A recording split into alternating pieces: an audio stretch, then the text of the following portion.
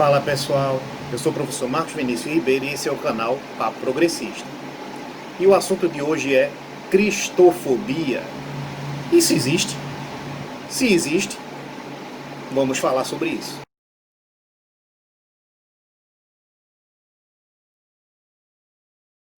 De onde vem a ideia de fazer esse vídeo? Bem, há algum tempo já venho acompanhando esse tema, né?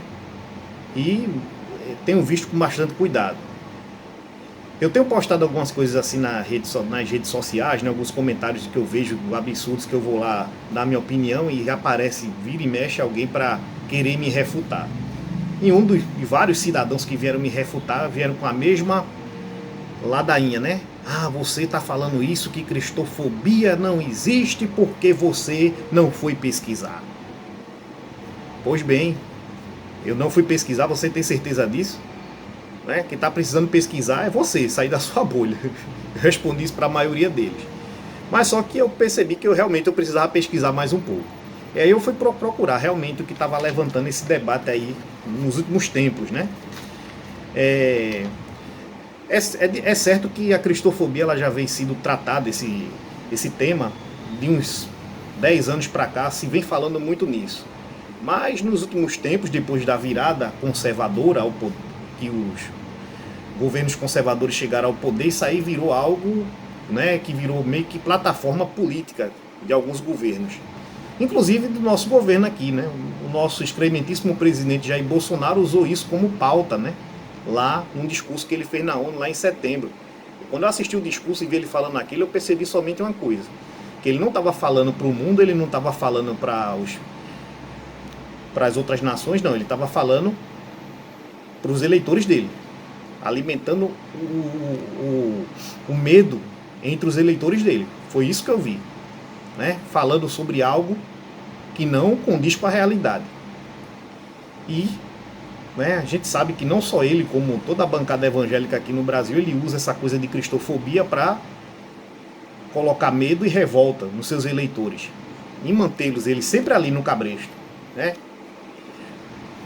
Outra coisa que levantou o debate foram os protestos que ocorreram no Chile, no mês de outubro, né? O Chile, que tem uma história bem peculiar, né, de ditadura militar, neoliberalismo, né? E essa ditadura militar neoliberal do Augusto Pinochet deixou marcas extremas que o povo até agora há pouco estavam lutando contra, para você ver. Eles só conseguiram derrubar a Constituição de Pinochet agora, através de um plebiscito.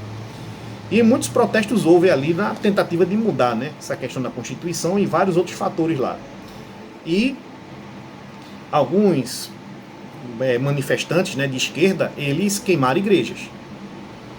E muita gente já foi ventilando isso na internet como se fossem manifestantes de esquerda queimando igreja porque eles querem matar cristãos, queimar cristãos e acabar com a cristandade no mundo. E começou aquela ladainha toda que, se você for ler os comentários, é realmente de cair o orifício da bunda, né, de tanta leseira, de tanta asneira que a gente vê ali. E a gente vai pesquisar, a gente vai ver que eles queimaram essas igrejas não foi por conta de ódio à religião em si, não ao que o cristianismo representa como religião, e sim como pessoas religiosas, né, que comandavam a igreja chilena na época se comportaram durante a ditadura Pinochet, sendo aliadas do governo, usando suas igrejas ali como redutos, né, redutos de propagação de ideias extremas, de favorecimento de tortura, numa ditadura ali que matou dezenas de milhares de pessoas, né? Então foi por isso, as igrejas foram queimadas por isso. Mas você vai me perguntar, você acha certo queimar igrejas por elas terem no passado servido a esses propósitos aí de apoiar uma ditadura como a de Pinochet? Eu respondo, não, eu não sou a favor, né? Porque acredito que as igrejas elas têm que estar ali, porque hoje elas não servem mais a esse propósito, só são prédios, né? E esses prédios simbolizam para os católicos chilenos que nada tem a ver com o que a igreja fez. Então não acho legal estar queimando igreja, estar derrubando estátua. Eu acho que esses monumentos têm que ficar lá, Só que a gente tem que ver esses monumentos, as igrejas, as estátuas, né, de pessoas que fizeram coisas erradas no passado como lembrete daquilo que a gente não quer ver de novo. Então a gente não tem que derrubar, quebrar, acho que não é por aí. Acho que até deslegitima, né, a luta.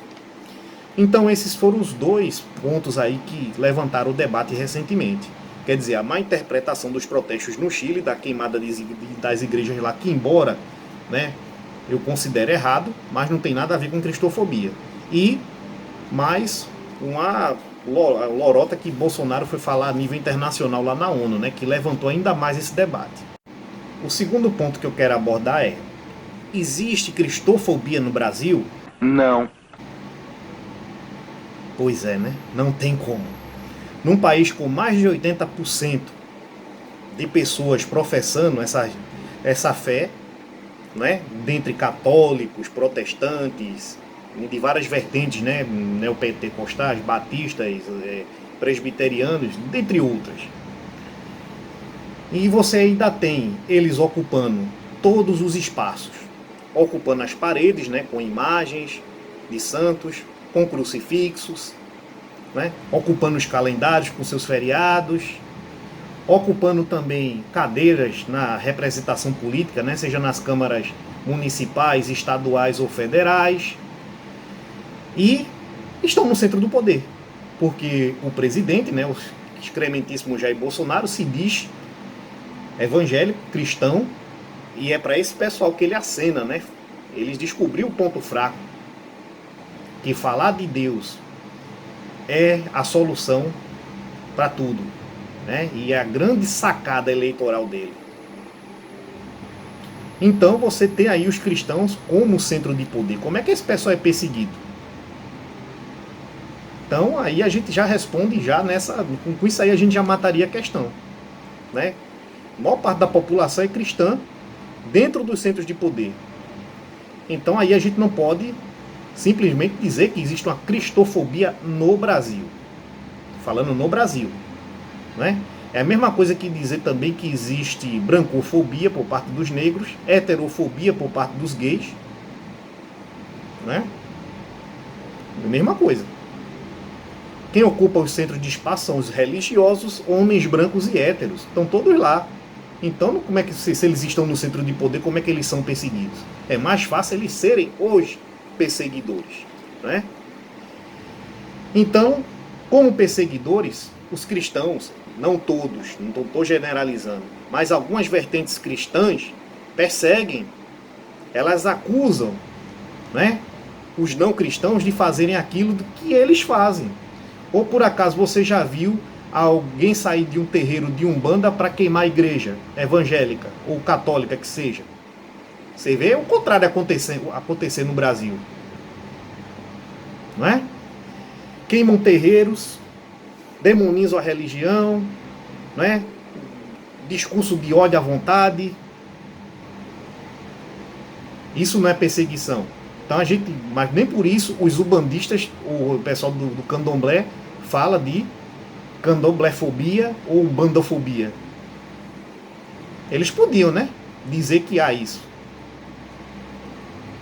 E eles têm legitimação para dizer que são perseguidos, né?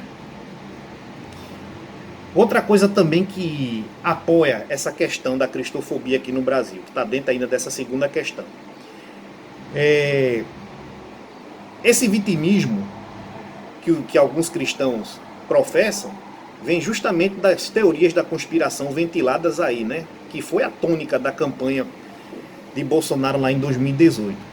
Campanha essa que trouxe à tona, né, vários preconceitos, várias coisas negativas, como por exemplo um trocinho chamado marxismo cultural, que seria um plano globalista comunista de dominar o mundo, né, acabar com a família, acabar com a igreja, com a religião e com os valores, acabar com tudo, né? Quer dizer, essa teoria da conspiração ela foi ventilada ali por meio de fake news do WhatsApp, muita gente comeu a sugesta, associou-se isso a candidatos de esquerda e pronto, tá feito aí o estrago, né? As pessoas nem sequer pararam para pesquisar para saber se essa teoria da conspiração realmente procede. Simplesmente foram lá, acreditaram e apertaram o 17 com gosto. Um exemplo de como se está se usando a cristofobia a favor de campanhas políticas no momento, no presente. No momento que eu gravo esse vídeo ainda está rolando aí a campanha do segundo turno aqui no Recife, onde eu moro, né? Onde o candidato João Campos ele joga essa questão aí da cristofobia para Marília Reis, dizendo que ela está cometendo atitudes contra Deus e contra a igreja, contra a leitura da Bíblia. E muita gente está deixando de votar nela por causa disso. Porque isso é muito forte, gente. Quando o candidato levanta isso, quando você vai descobrir que é verdade, a eleição já tem passado. Então Marília Reis está enfrentando aí essas fake news aí a respeito dela ser antirreligiosa, de ser cristofóbica. Os políticos acharam nessa pauta da cristofobia aí a fórmula ideal para se destruir a reputação de um adversário. E criticar atitudes de certos grupos evangélicos é cristofobia? Claro que não, gente. Criticar não é fobia e muito menos manifestação de ódio. O que a gente faz, eu digo nós progressistas ao criticar, é tentar impedir os abusos, e os fanatismos. Porque o que acontece, gente, é que esse pessoal, no alto da sua arrogância de que somente eles são salvos, que eles são o povo de Deus, muitos deles, eles se usam desse discurso para entrar na política, para tentar expandir sua influência, pastores fazendo a cabeça dos seus fiéis aí para votar nos candidatos dele, para quando tiver lá, criar uma agenda única e exclusiva deles. E o que a gente critica é isso, gente, porque caso contrário, se a gente deixar que esses grupos tenham um poder político extremo e não faça nada, daqui a pouco o Brasil vira um evangelistão. Há exemplo de países aí que igreja e Estado são uma coisa só. O próprio presidente Bolsonaro disse que isso aqui não deveria ser Estado laico, que isso é um Estado cristão, e quem quiser que se mude. Essas são palavras do presidente na época da campanha dele. Ou ele vai negar, como ele tem negado um monte de coisa aí que ele falou. Aí você percebe o seguinte, que eles usam o que eles fazem para jogar para o outro, que os outros é que são odiosos, os outros é que são... estão contra os cristãos, que querem acabar com cristãos, querem acabar com a cristandade. Eles se usam desses argumentos aí para se fazerem de vítimas. Quando a gente vai olhar para os dados e para a realidade, a gente percebe que não é bem isso. A gente percebe que eles estão nos centros de poder e que certas influências que eles tomem, vai acabar prejudicando grupos não cristãos. Ou eles esqueceram que existem bandistas, existem muçulmanos, existem outras minorias religiosas no Brasil, existem ateus também, que a gente não existe Estado ateu, não existe Estado bandista, não existe nenhum desses estados aí. O Estado é laico, não tem que pertencer a religião nenhuma. O Estado tem que existir para favorecer que todas as religiões possam coexistir. Portanto, esse papo de cristofobia no Brasil é uma tremenda de uma balela. E ponto. Mas existem lugares onde a cristofobia existe? Existe sim.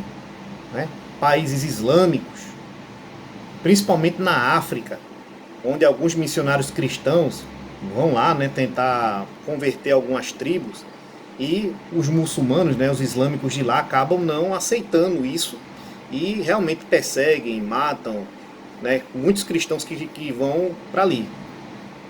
Lá é uma realidade da cristofobia. Outro lugar também onde ocorre a cristofobia é na Índia, o famoso nacionalismo hindu. Os hindus, eles são avessos à religião, qualquer que seja, que venha de fora. Então a gente pode chamá-los não só de cristofóbicos, mas como de islamofóbicos, de judeofóbicos, de qualquer outra religião, para não citar outras. Então, nesses lugares, realmente, é uma minoria cristã que vive ali. E elas realmente são perseguidas. Alguns estados islâmicos, eles são laicos. Portanto, não há tanta perseguição. Mas em países que são regimes bem fechados e autoritários, onde a religião e o Estado se confundem, acontece a cristofobia. E é só lá. Aqui no Brasil, não. Espero que isso, pelo menos por enquanto, coloca uma pedra nesse debate aí. Se você chegou até aqui, dê aquele joinha, se inscreva no canal e ative o sininho para receber notificações de novos vídeos. E se você concorda ou discorda de mim, deixe isso claro nos comentários para que a gente possa debater, para que a gente consiga chegar aí a um consenso, né, ou tentar levar esse debate a um outro nível, ou até se alguma coisa que eu falei possa estar aí equivocado, eu possa me retratar no vídeo seguinte, mas a gente só consegue levar o debate adiante se houver interação com quem está assistindo o vídeo. Por isso que a gente sempre pede aí esse apoio, né? Essa ajuda aí, para que o canal possa ir mais para frente. E no mais é isso, pessoal. Até o próximo vídeo. Beijos de luz e tchau.